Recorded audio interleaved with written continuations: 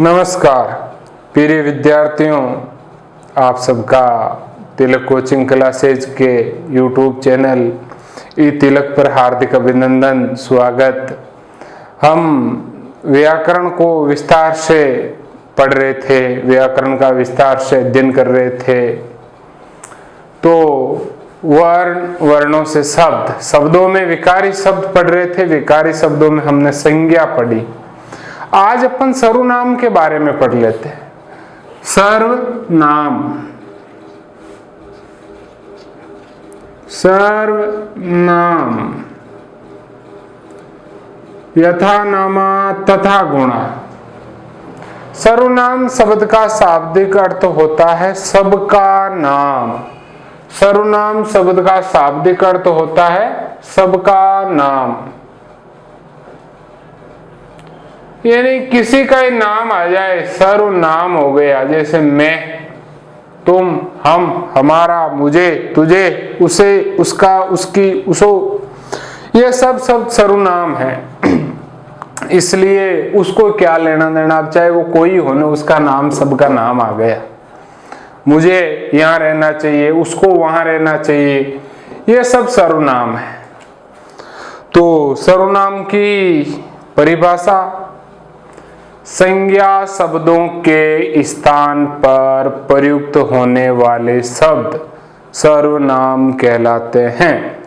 संज्ञा शब्दों के स्थान पर प्रयुक्त होने वाले शब्द सर्वनाम कहलाते हैं।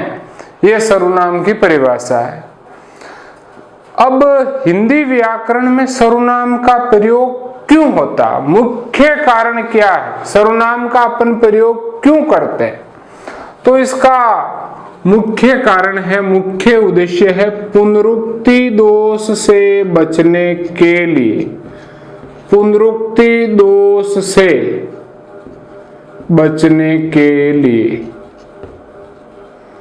पुनरुक्ति दोष से बचने के लिए अपन सर्वनाम का प्रयोग करते हैं। पुनरुक्ति दोष कैसा? जैसे गुंजन प्रातः काल उठी और उठकर विद्यालय गई। गुंजन विद्यालय से वापस आई, वापस आकर गुंजन ने खाना खाया, खाना खाते ही गुंजन खेलने चली गई। गुंजन खेलकर आते ही पढ़ने बैठ गई, गुंजन सो गई। अब ये बार बार गुंजन शब्द की आवृत्ति से बचने के लिए अपन सर्वनाम का प्रयोग करते हैं। वे आई, वे गई, वो सो गई, वो पढ़ने बैठ गई। तो पुनरुक्ति दोष से बचने के लिए, आवृत्ति से बचने के लिए अपन सर्वनाम का प्रयोग करते हैं। इंपॉर्टेंट बात, सर्वनाम में कर्ता तथा संबोधन कारक का प्रयोग नहीं होता। सर्वनाम में कर्ता तथा संबोधन कारक का प्रयोग नहीं होता। सर्वनाम के प्रकार, विद्वानों ने सामान्यतः सर्वनाम के 6 प्रकार बताए। 6 प्रकार, 6 टाइप ऑफ प्रोनाउन। सर्वनाम के 6 प्रकार होते हैं। कौन कौन से होते हैं, अभी अपन विस्तार से एक एक प्रकार के बारे में चर्चा करेंगे। नंबर 1, पुरुषवाचक सर्वनाम।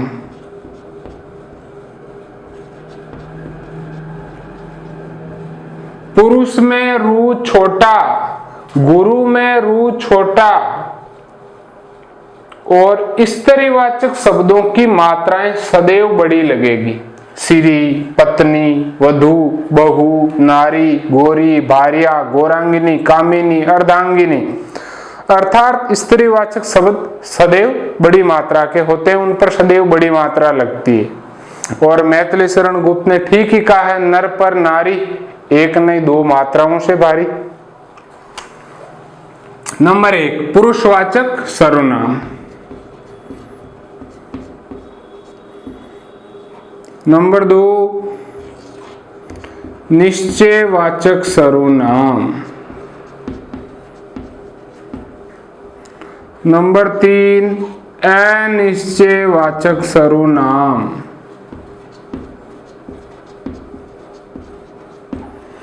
नंबर 4 प्रश्नवाचक सर्वनाम। नंबर 5 संबंधवाचक सर्वनाम। और नंबर 6 निजवाचक सर्वनाम।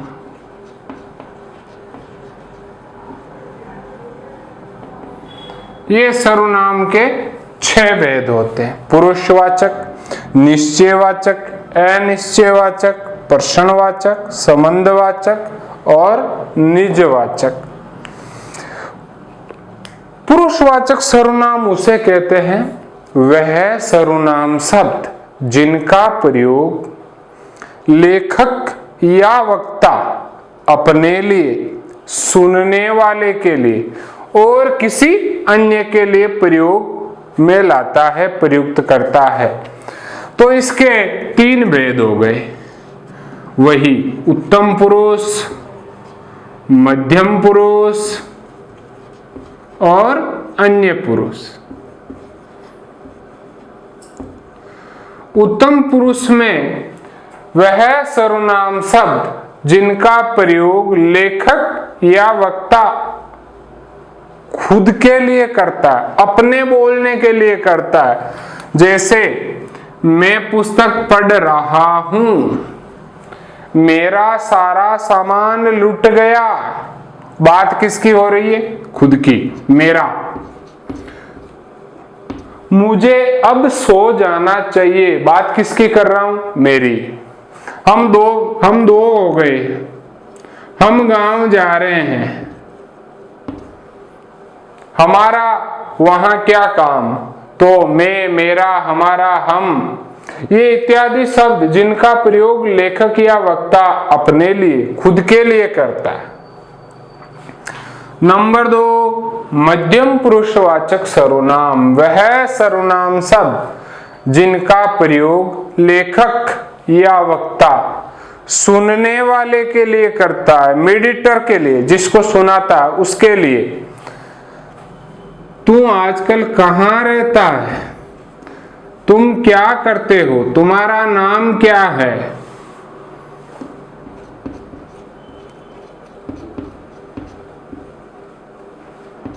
और सबसे बड़ी बात, आप। देखो, आपका प्रयोग सर्वनामों में 3 जगह होता है और तीनों ही कन्फ्यूजेबल है। ध्यानपूर्वक समझना आप कहां कहां आता है। और तू एक सर्वनाम है जो अत्यंत निकटता के लिए प्रयुक्त होता है, जो अपने सबसे करीब होता है, उसके लिए अपन तू का प्रयोग करते हैं। माँ, तू क्या कर रही है? तू। माँ से करीब भगवान। प्रभु, तू मेरी पुकार कब सुनेगा? तो जो अपने निकट होता है उसके लिए तू का प्रयोग किया जाता है। और आप, मध्यम पुरुष में आपका प्रयोग आदर के अर्थ में, आदरार्थक में किया जाएगा, किसी को आदर देने के लिए। पिताजी, आप यहाँ बैठिए। दादाजी, आप कब आए?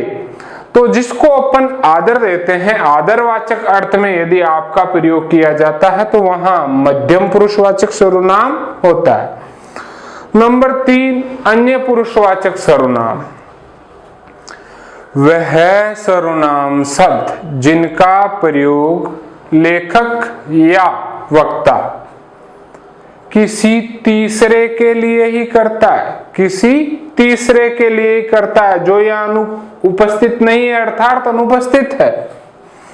जैसे उसे क्या लेना देना, उसका यहाँ क्या काम, उसे, उसका, उसकी, उसको। और सबसे बड़ी बात, आप।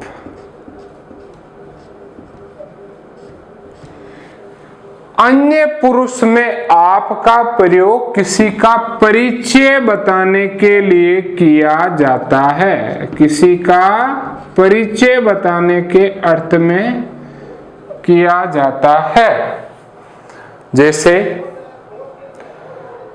पंडित जवाहरलाल नेहरू भारत के प्रथम प्रधानमंत्री थे।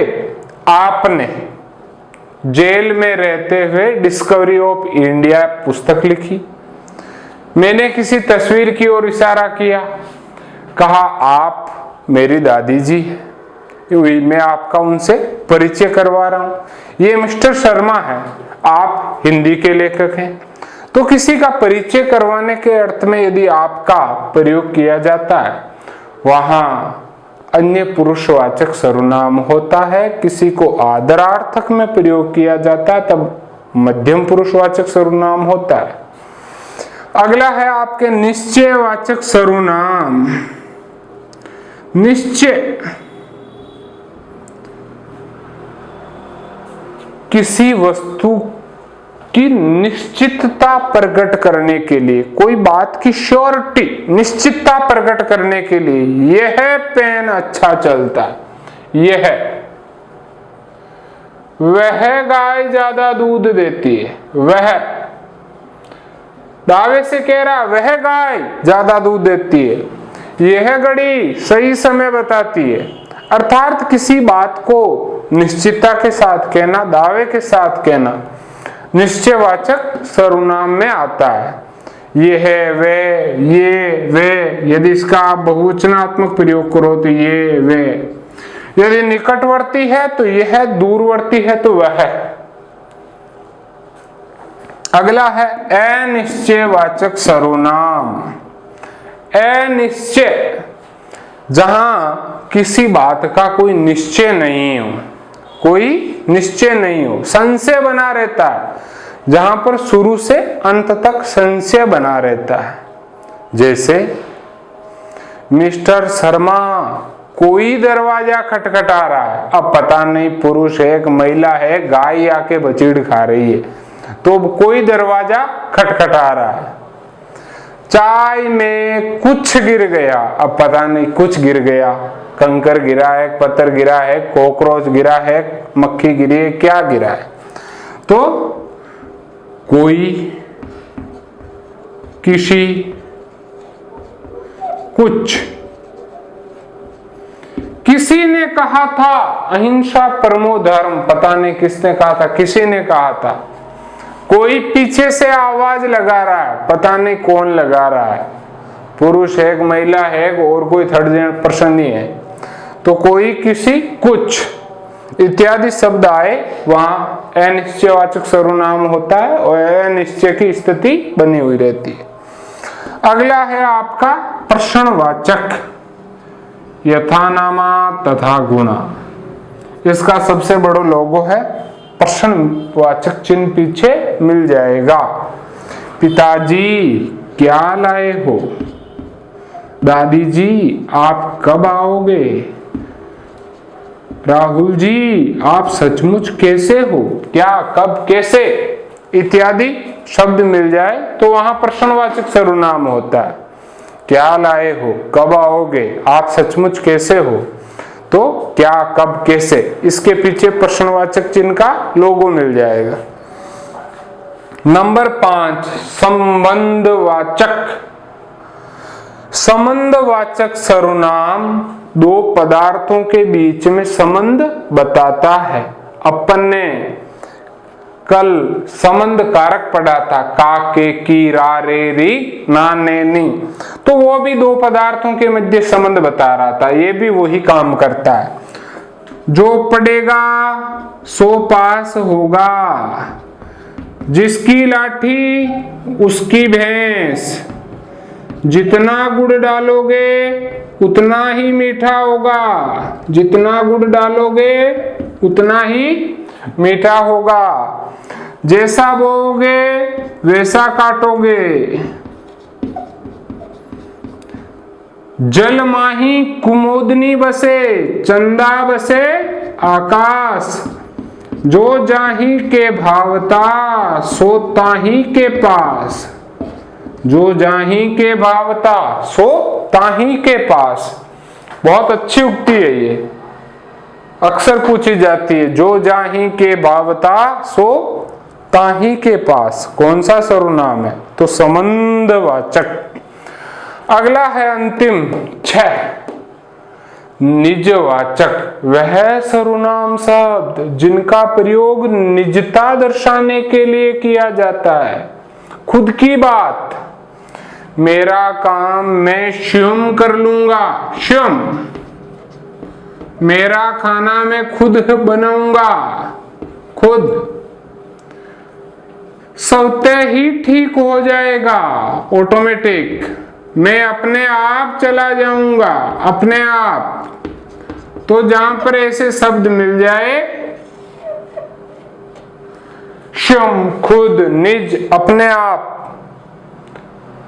जहां पर निजता दर्शाई जाए। देखो उत्तम पुरुष में इसमें ये फर्क है। उत्तम पुरुष में ये शब्द आएंगे मैं, मेरा, मुझे, हमारा, हमको, और इसमें आएगा स्वयं, खुद, स्वतः, अपने आप।